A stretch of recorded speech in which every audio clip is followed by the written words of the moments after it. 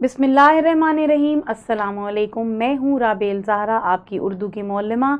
आज हम पढ़ने जा रहे हैं शशम जमात से उर्दू का सबक हवालदार लालक जान शहीद, और देखते हैं कि हमने आज इसमें क्या सीखना है। सबसे पहले मैं एक तमहीदी सरगर्मी करना चाहती हूँ आपके साथ। ये आपके सामने दो जुमलों की एक इबारत है, ज़रा वीडियो को रोकें और ये इबारत पढ़िए। मेरी वालदा बहुत मेहनती हैं, वो सारा दिन घर में कामकाज में लगी रहती है, मैं भी उनका हाथ बटाना चाहती हूँ। जी, क्या लगा आपको? बिल्कुल ऐसा ही लगा जब मौलमा किसी तालिब इल्म की कॉपी चेक करती हैं, नोटबुक चेक करती हैं, तो उन्हें महसूस होता है कि एक ही जुमले में कई गलतियां हैं। मेरी वालिदा, सबसे पहले वालिदा की गलती, मेहनती की गलती है, वो सारा दिन घर में कामकाज में लगी रहती है और हैं की गलती, मैं भी उनका हाथ की गलती, बताना चाहती हूँ की गलती। जी हाँ, ये है इमला की अगलात। अब मुझे बताइए कि पहली जमातों में आपने इमला की कौन कौन सी अगलात की दुरुस्ती की है।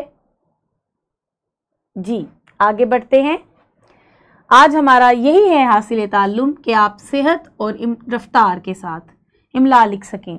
सेहत यानी दुरुस्ती और रफ्तार यानी आप उसको उतने ही वक्त में मुकम्मल करें, उतने ही वक्त में तहरीर को मुकम्मल करें जितना वक्त आपको दिया गया है। इमला लिखने के लिए ज़रूरी है, दुरुस्त लिखने के लिए ज़रूरी है कि एक तो ये कि आप दुरुस्त लिखें और दूसरा कि मुकर्ररा वक्त में उसको मुकम्मल कर सकें। इमला ज़बान सीखने की सरगर्मियों का एक बाकायदा हिस्सा होना चाहिए, जिसमें तलबा वक्त के साथ साथ महारत पैदा करने के लिए मुख्तलिफ फ़िक्रों पर मश्क करते हैं। इमला लिखाई का मुनज़्ज़म अंदाज़ फराहम करता है, जिससे ज़बान की ज़रूरी महारतों को फ़रोग़ देने में मदद मिलती है, जबकि तवज्जो और दुरुस्ती को भी फ़रोग़ मिलता है। इमला की सेहत से मुराद ये है कि लफ्ज़ की सूरत और बनावट दुरुस्त होने के साथ साथ उर्दू क़वायद के मुताबिक भी हो। यानी कोई भी लफ्ज़ है, अगर मैंने उसे लिखा है मुसन्निफ़, ये एक दुरुस्त लफ्ज़ है। बाज़ औक़ात अमाले की गलतियाँ हो जाती हैं, जैसे इस लड़का ने क्या कहा है। लड़का लफ्ज़ दुरुस्त है, इस लड़का ने क्या कहा है, क़वायद के मुताबिक यहाँ लड़का नहीं बल्कि लड़के आएगा, क्योंकि ये अमाले की गलती है। लफ्ज़ में अलिफ हटा के बड़ी ये लगा देना, यानी जब आप जुमला लिखें, लफ्ज़ लिखें, तो वो ना सिर्फ साख्त के लिहाज से उर्दू ज़बान व अदब के मुताबिक हो, बल्कि क़वायद के लिहाज से भी उर्दू की उसमें कोई गलती ना हो। और इमला की दुरुस्त रफ्तार से मुराद क्या है कि मुकर्ररा वक्त में लिखाई का काम मुकम्मल हो जाए। तो ये दोनों चीज़ें ज़रूरी हैं। आगे बढ़ते हैं।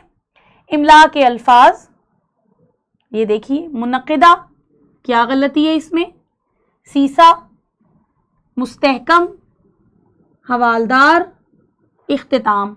मैंने अल्फाज को बोल दिया, आपने सुन लिया। आप वीडियो को रोकिए और इन अल्फाज को दुरुस्त करके लिखिए। जी, आगे बढ़ते हैं। जाहिर है मुनक़िदा में यहाँ हे आएगा, इख्तिताम में ते आएगा, हवालदार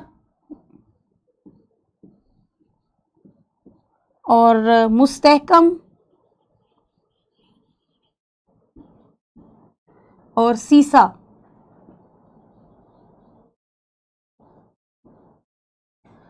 मैं आपको ये भी बताती चलूँ कि जहाँ तक हरूफ की साख्त का ताल्लुक़ है, तो उर्दू लिखते वक्त शोशों की गलती भी बहुत मायने रखती है। ख़ास तौर पे सीन और स्वाद में हम अक्सर शोशों की गलती कर जाते हैं। सब, ये देखें, 3 सीन के और 1 बे का, सबब। अब इसमें सीन के 3, 1 बे का और 1 और बे का। ये महारत आपको बाद में भी करवाई जाएगी। खुश ख़ती की आप मौलमा से भी अपने सीख सकती हैं कि आखिरी शोशे को ख़म में कैसे बदलना है। لیکن بہرحال شوشوں کی تعداد اس طرح رہتی ہے۔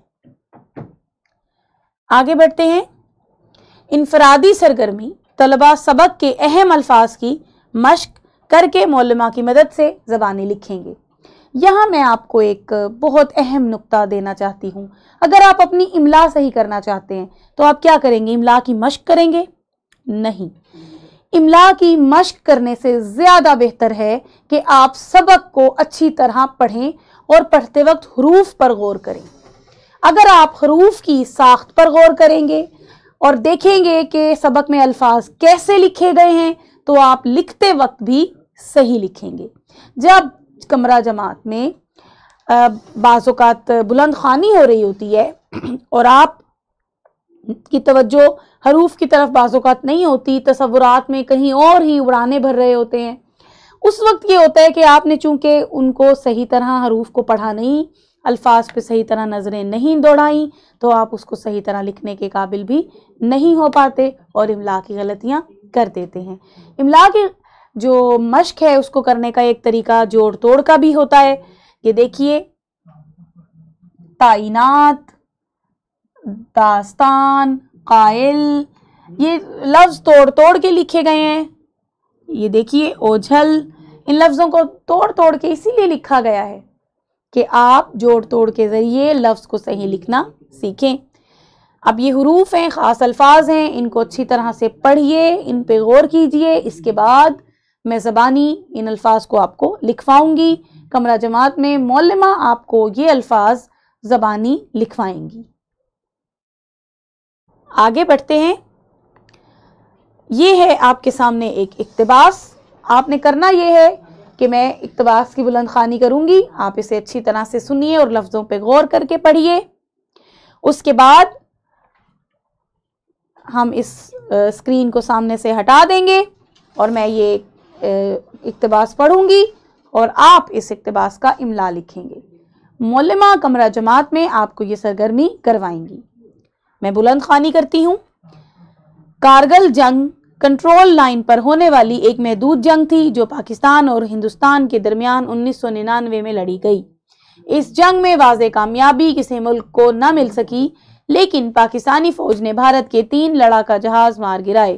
اس کے علاوہ بھارتی فوج کارگل سیکٹر میں توازن کھو بیٹھی اور 700 سے زائد فوجی ہلاک کروا لیے۔ اس جنگ میں بھارت کو بڑا جھٹکا لگا، لیکن بعد میں دونوں فریقین نے جنگ بندی کا اعلان کر دیا۔